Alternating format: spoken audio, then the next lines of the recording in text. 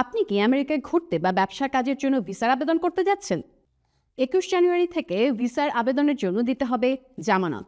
সর্বোচ্চ 18 লাখ টাকা পর্যন্ত বন্ড জমা দিতে হতে পারে আপনাকে। তারপরে যে ভিসা মিলবে তার কোনো নিশ্চয়তা নেই। এই আর্থিক জামানত নেয়ার কারণ, যারা অস্থায়ী ভিসা চান তারা যেন ভিসার মেয়াদ শেষ হওয়ার আগে দেশটি ত্যাগ করেন। 6 জানুয়ারি মার্কিন পররাষ্ট্র দপ্তরের ঘোষিত নতুন নীতিমালা অনুযায়ী তালিকাভুক্ত 38টি দেশের নাগরিকদের B1 ব্যবসা ও B2 পর্যটন ভিসায় যুক্তরাষ্ট্রে যেতে হলে সর্বোচ্চ 3 স্তরের যে কোনো একটি বন্ড জমা দিতে হতে পারে। 5,000, 10,000 অথবা সর্বোচ্চ $15,000 দিতে হতে পারে আপনাকে। আপনি পৃথিবীর যেখান থেকেই ভিসার আবেদন করুন না কেন, সব ক্ষেত্রেই এটা প্রযোজ্য।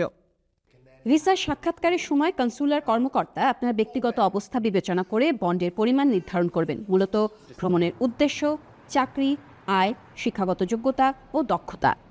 বন্ড জমা দেওয়ার জন্য মার্কিন ট্রেজারি বিভাগের অনলাইন প্ল্যাটফর্ম pay.gov এর মাধ্যমে সম্মতি জানাতে হবে। পাশাপাশি যুক্তরাষ্ট্রের হোমল্যান্ড সিকিউরিটি বিভাগের I-352 ফর্মও পূরণ করতে হবে।